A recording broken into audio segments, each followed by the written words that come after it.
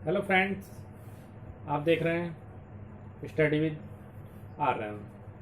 जैसा कि आप सभी लोगों को ध्यान होगा, हमने अपनी पिछली वीडियोस में आप लोगों को यूपी टेट का जो मैथ का पोर्शन है उसका सिलेबस बताया था, जो हम अपने डिस्क्रिप्शन बॉक्स में जिसका हमने लिंक दिया हुआ है।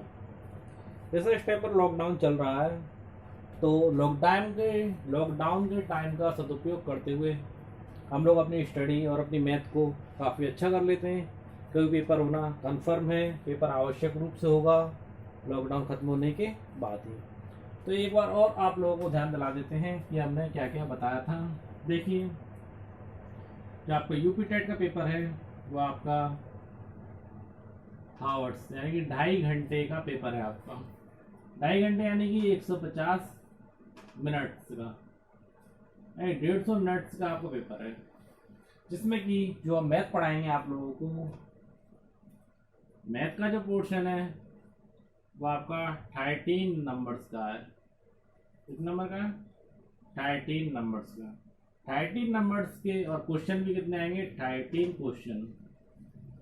ठीक है दोस्तों, उसके जो पूरे टॉपिक्स थे सिलेबस में वो अपनी वीडियो में, पहले वाली वीडियो में बता चुके हैं। आज से हम अपना मैथ स्टार्ट कर रहे हैं। जिसको भी मैथ के यूपी टेट की मैथ में जितने भी टॉपिक्स हैं उनकी जानकारी चाहिए, वह हमारे वीडियो के डिस्क्रिप्शन बॉक्स में जाकर के पूरी जानकारी ले सकता है। आज हमने अपना जो टॉपिक लिया है वह सबसे सरल और इम्पोर्टेंट टॉपिक लिया है। इस टॉपिक से हमारे एक या दो प्रश्न यूपी टेट में हमेशा पूछे जाते रहे हैं। यहाँ देखिए दोस्तों, साधारण ब्याज। साधारण ब्याज जिसे इंग्लिश में सिंपल इंटरेस्ट भी कहते हैं। क्या कहते हैं दोस्तों? Simple interest. इसमें कुछ शब्द बहुत महत्वपूर्ण होते हैं, इसलिए उन शब्दों का ज्ञान हम लोगों के लिए अति महत्वपूर्ण है। देखिए, जैसे कि मूलधन। जब तक हम ये नहीं जानते कि मूलधन क्या है, कभी भी हम साधारण ब्याज को नहीं निकाल सकते। मूलधन यानी कि आधार होता है। ये क्या होता है? यही आधार होता है साधारण ब्याज का। उधार लिया अथवा दिया गया धन अर्थात आधार। मूलधन क्या है? उधार लिया गया अथवा दिया गया धन अर्थात क्या? आधार। दर। मूलधन को इंग्लिश में हम प्रिंसिपल भी कहते हैं। क्या कहते हैं? प्रिंसिपल, जिसे पी से इंडिकेट करते हैं, पी से दर्शाते हैं। दर। दर क्या होती है? इंग्लिश में से रेट कहते हैं, जिसे आर से प्रदर्शित किया जाता है। दर यानी कितनी दर पर ब्याज लिया गया, यानी प्रति सैकड़ा। प्रति सैकड़ा ब्याज क्या कहलाती है? आपकी दर कहलाती है। अब दूसरी चीज क्या है? ब्याज। आप सभी लोग जानते हैं ब्याज क्या होता है। मूलधन पर लिया जाने वाला अतिरिक्त धन क्या है? मूलधन। मूलधन हमारा, जैसे हमें 10 रुपए, 10 रुपए में जो भी ब्याज लिया जा रहा है वो हमारा क्या कहलाता है? अतिरिक्त धन जो होता है, ब्याज होता है। मूलधन पर लिया जाने वाला अतिरिक्त धन। बिल्कुल बेस से पढ़ा रहे हैं, जो बच्चा बिल्कुल भी नहीं जानता वो समझ जाएगा। ब्याज क्या होता है? यानी कि इंटरेस्ट। बैंक भी हमें ब्याज देती है। मूलधन पर लिया जाने वाला अतिरिक्त धन ब्याज कहलाता है। मिश्र धन। मिश्र से ही समझ में आता है मिली हुई, पर क्या मिला होता है इसके अंदर? इसके अंदर क्या होता है? मूलधन प्लस ब्याज। मूलधन और ब्याज दोनों को मिला दिए जाए वो क्या कहलाता है? मिश्र धन। ठीक है दोस्तों, जैसे कि आप लोगों को बताएं, हमने बैंक में 1,00,000 रुपए जमा कराया है। ठीक है, तो 6 माह में हमें 6,000 रुपये ब्याज मिल रही। अब हमारी राशि क्या हो गई? 1,06,000 हो गई। तो हमारे मूलधन क्या था? वो 1,00,000 था, और हमारी ब्याज क्या थी? 6,000 थी। ठीक है दोस्तों, तो जो मिश्र धन कहलाएगा वो क्या कहलाएगा? इन दोनों को मिला देंगे तो क्या कहलाएगा? मिश्र धन। क्या हुआ है? मिश्र धन। समझाने के लिए आप लोगों को बताया मैंने छोटा सा एग्जांपल। अब देखिए साधारण ब्याज। देखिए साधारण ब्याज क्या होता है, कितना भी समय हो जाए, कितना भी समय होने पर ब्याज मूलधन पर ही चलेगी। नहीं, मूलधन पर ही जो ब्याज चलेगी वो साधारण ब्याज कहलाती है। ऐसा नहीं कि ब्याज दर प्रति ब्याज चलती रहे, वो चक्रवृद्धि ब्याज कहलाता है आपका। ब्याज पे ब्याज फिर ब्याज फिर ब्याज, वो चक्रवृद्धि ब्याज कहलाता है आपका। यानी कि जो आपका मूलधन है उसी पर जो ब्याज चलेगी, चाहे कितना भी समय हो जाए, वह क्या कहलाता है, साधारण ब्याज। जो महत्वपूर्ण जो बिंदु थे वो हमने आप लोगों को बता दिए हैं, ठीक है। अब आगे आप लोगों को बताएंगे, ये आपको जानना अत्यंत आवश्यक था। अब देखिए आगे,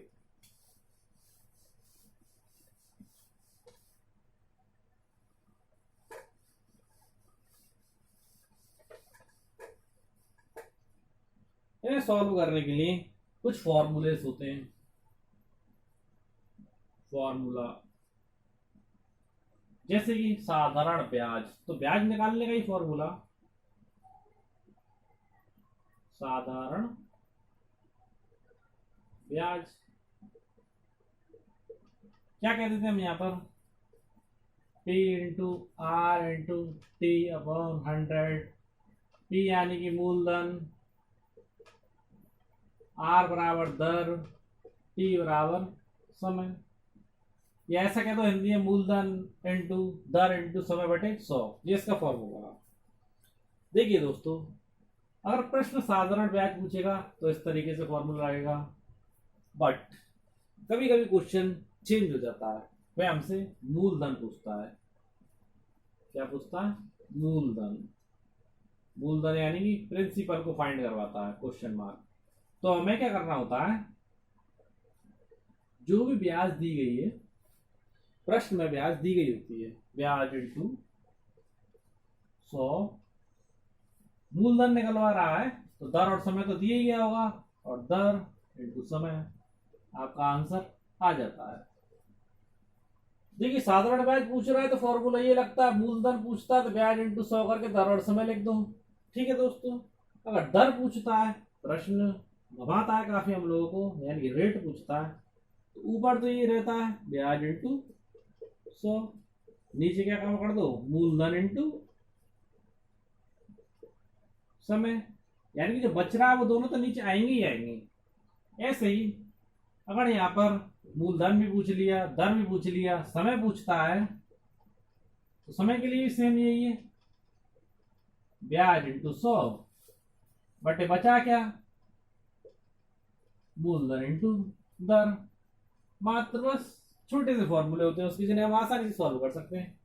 आगे देखिए, एक ही बार में हम लोग आपको इसका बेस बता रहे हैं, जिससे कि आपके क्वेश्चन हम एक साथ सॉल्व कर सके। बेस बताना अत्यंत आवश्यक होता है, बिना बेस के कोई भी क्वेश्चन सॉल्व नहीं हो सकता। और मैथ में किसी चीज का कोई शॉर्टकट नहीं होता, बिना बेस जाने हम किसी भी चीज की शॉर्ट ट्रिक से सॉल्व नहीं कर सकते किसी भी चीज को, ठीक है दोस्तों। आगे देखिए, स्क्रीनशॉट ले लेना है इन सब चीजों का आप लोग। देखिए दोस्तों, ब्याज की अवधारणा,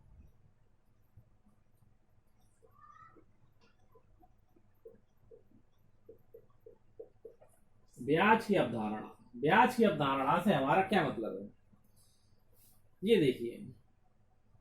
जैसे 1000 रुपए पर, कितने रुपए पर, 1000 रुपए पर 2 वर्ष के लिए, 1000 रुपए किसी को 2 वर्ष के लिए 10% वार्षिक ब्याज की दर से दिए गए, तो उसका साधारण ब्याज ज्ञात करें। साधारण ब्याज ज्ञात करना दोस्तों, जैसे कि हमने आपको बताया था, साधारण ब्याज P into R into T बटे 100। P क्या है आपका, मूलधन क्या है 100, दर क्या है, किस दर से दी गई है, 10% वार्षिक ब्याज की दर से। यहाँ ध्यान रखना है दोस्तों, वार्षिक की दर से दी गई है, इन चीजों को ध्यान रखना है। 10% इंटू टाइम कितना है, 2 वर्ष बटे 100। सॉल्व कर लो, 0 से 0 गई, 0 से 0 गई, बचा कितना 200। तो जो आपकी जो ब्याज निकल के आई है कितनी, साधारण ब्याज 200। मात्र इस तरीके से प्रश्नों को सॉल्व किया जा सकता है। बट जो प्रश्नों में जो घुमाव आता है वह हम आप लोगों को यही क्लियर कर देते हैं प्रश्नों को सॉल्व करने से पहले ही।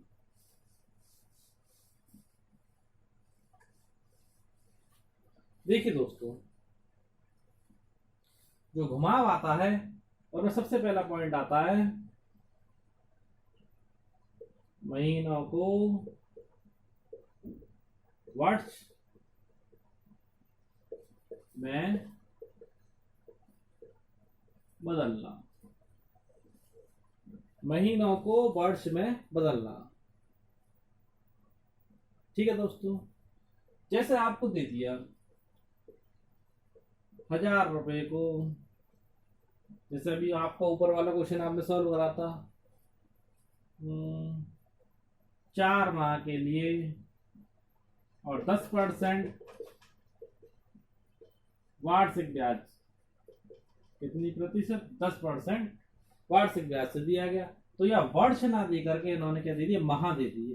अगर माह दे दिए तो महीनों को वर्ष में बदलना अत्यंत आवश्यक है। आप क्या करेंगे, 4/12, 4 4 दिए 12। इस तरीके से आप इसको कन्वर्ट कर लेंगे। एक इम्पोर्टेंट पॉइंट तो ये होता है, लिख लेना है इसको इम्पोर्टेंट, जब यहाँ ईयर ना दे करके, साल ना दे करके आपको मंथ दे देता है तो उसे 12 से भाग दे देते हैं उसका। दूसरा महत्वपूर्ण बिंदु होता है दिनों को वर्ष में बदलना। देखिए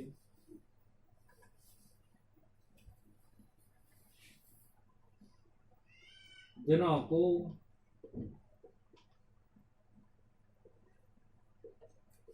वर्ष में बदलना, बड़े ही आसान तरीके से हम लोग आपको बता रहे हैं दिनों को वर्ष में बदलना। जैसे कि इसमें क्या करना होता है, मात्र 365 का भाग लगा देते हैं। एग्जाम्पल देखिए, 1000 रुपये मूलधन है, ठीक है। अब यहाँ पर वो आपको ना तो वर्ष देगा ना कुछ और देगा, डायरेक्ट वो आपको दिन देगा। जैसे उसने कहा 100 दिन 10% वार्षिक ब्याज से। अब साधारण ब्याज पूछ रहा है तो क्या करेंगे, दिनों को सबसे पहले हम वर्ष में बदलेंगे। तो वर्ष में बदलने के लिए हम यहाँ पर क्या करेंगे, 100/365, 365 का भाग लगा देंगे दोस्तों। ठीक है दोस्तों, इस तरीके से फिर हम इसको फॉर्मूले में यह सेट करते हैं, 1000 इंटू 100 इंटू 365, ये नीचे होता है, 365 को ऊपर ले जाते हैं। ओके दोस्तों, हमने यहाँ पर जितने भी स्वरूप बनते हैं यहाँ से क्वेश्चन आने के वो आपको बता दिए कि महीनों को वर्ष में कैसे बदला जाता है और दिनों को वर्ष में कैसे बदलते हैं। दोनों तीनों चीजें हमने आप लोगों को यहाँ पर बता दी है। अब एक क्वेश्चन आप लोगों के सामने लेकर के आते हैं। देखिए, सबसे सरल क्वेश्चन आप लोगों के सामने लेकर के आते हैं। जैसे राकेश ने 1000 रुपये 3 साल के लिए 10% वार्षिक दर से किसी को दिए, तो उसकी ब्याज, साधारण ब्याज याद करो। क्या याद करनी, साधारण ब्याज। बड़ा ही सिंपल प्रश्न है। तो क्या करेंगे, P into R into time कितना है, 3 वर्ष, बटे 100 कर लो, 0 से 0, 0 से 0, क्या बचा, 1 0 से भी 1 ही 0 जाएगी। क्या आ गया आपकी साधारण ब्याज, 300। ठीक है दोस्तों, ये हमने आप लोगों को बता दिया। एक इसके साथ ही आप लोग पहले जो हमने आज नियम लिखा है उन नियमों को अच्छे से एक बार देख लें। कल हम आपको इससे आगे के अध्याय करवाएंगे, पर नियम आप लोग आवश्यक रूप से देख लें। एक क्वेश्चन देते हैं आपको, आप उसे सॉल्व करना, नहीं होगा तो हम बताएंगे। उसमें इंपॉर्टेंट चीज वही है, दिन वाला सिस्टम और माह वाला सिस्टम। प्रश्न मैं आप लोगों के सामने ब्लैक बोर्ड पर लिख दे रहा हूँ। देखिए,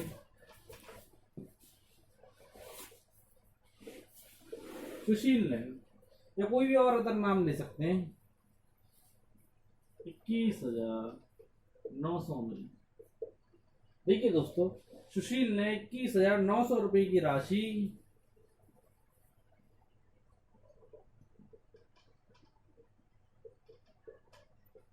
10 जनवरी 2004 10 जनवरी 2004 को उधार दी।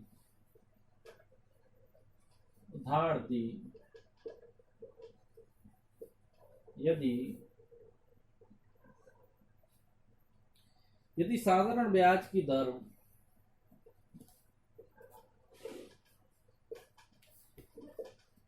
8% हो, कितनी हो साधारण ब्याज की दर हो तो बताओ।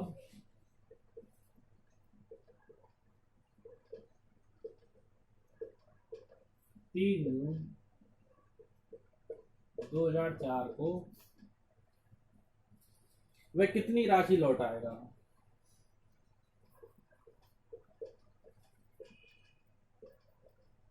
कितनी राशि लौटाएगा? बड़ा ही बेहतरीन और अच्छा प्रश्न है, डायरेक्ट ही हमने आप लोगों को दिया है। यहाँ क्या है, थोड़ी सी हिंट आपको दे देता हूँ। 10 जनवरी 2004 और लौटा कब रहा है? 3 जून 2004 को।